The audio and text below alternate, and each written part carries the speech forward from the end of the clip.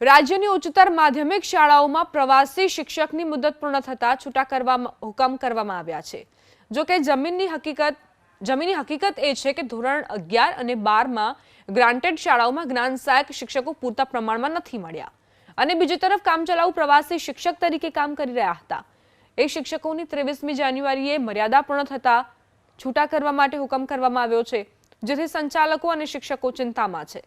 શિક્ષકો, સંચાલકો અને આચાર્યએ એ પણ દાવો કર્યો કે કેટલાક વિષયો એવા છે કે જેના શિક્ષકો જ્ઞાન સહાયક યોજના હેઠળ મળ્યા જ નથી। ઉપરાંત અંગ્રેજી માધ્યમની શાળાઓમાં પણ શિક્ષકો નથી।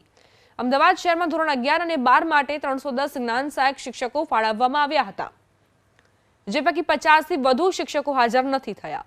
ગુજરાત રાજ્ય આચાર્ય સંઘનો દાવો છે કે શિક્ષણ વિભાગ સાથે આ બાબતે ચર્ચા કરવામાં આવી છે અને આવનાર દિવસોમાં ફરીથી જ્ઞાન સહાયકની ભરતી અને કાયમી વિદ્યા સહાયકની ભરતી માટે પણ આવનાર દિવસોમાં જાહેરાત બહાર પાડવાની ખાતરી અપાઈ છે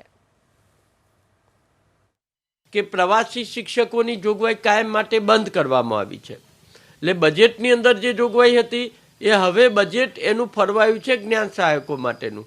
માન્ય મંત્રીશ્રીએ અને માન્ય શિક્ષણ વિભાગના અગ્ર સચિવશ્રીએ અમને સાંત્વના આપી છે કે ટૂંક સમયમાં અને ઝડપી બીજો તબક્કો અને ત્રીજો તબક્કો અમે શિક્ષણ સહાયકનો ભરીશું। વિદ્યાર્થીઓનું ભવિષ્ય બગડે નહીં। 11-12 વિજ્ઞાન પ્રવાહના શિક્ષકો હોય કે અન્ય કોઈ પણ વિભાગમાં શિક્ષક હોય, એમનું શિક્ષણ બગડે નહીં એ માટે ઝડપથી અને ટૂંક જ સમયમાં બીજો તબક્કો અને ત્રીજો તબક્કો બંને તબક્કાઓ વારંવાર શિક્ષણ સહાયકની ભરતી કરી અને જ્ઞાન સહાયકની ભરતી કરી અને પૂર્ણ કરવામાં આવશે।